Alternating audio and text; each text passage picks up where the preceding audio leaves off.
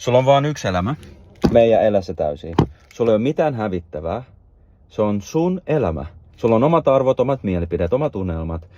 Mitä asioita sä haluat tehdä, mitä sä haluat harrastaa, missä sä haluat kehittyä ylipäätään. Sä tulet aina ole paska ihan kaikessa, kunnes sä opit tekemään sen hyvin. Ja sä opit tekemään sen hyvin vaan silloin, kun sä teet sitä asiaa.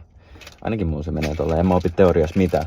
Sillä ei ole mitään väliä, mitä sun vanhemmat miettii, mitä sun veli, sisko, sun kaverit, sun kollegat, sun pomo, joku randomi, joka kävelee kaupassa vastaan, kuka tahansa. Ei sillä ole mitään väliä, mitä ne miettii. Koska rehellisesti ne miettii vaan itteensä ihan samalla tavalla niin kuin säkin mietit ittees.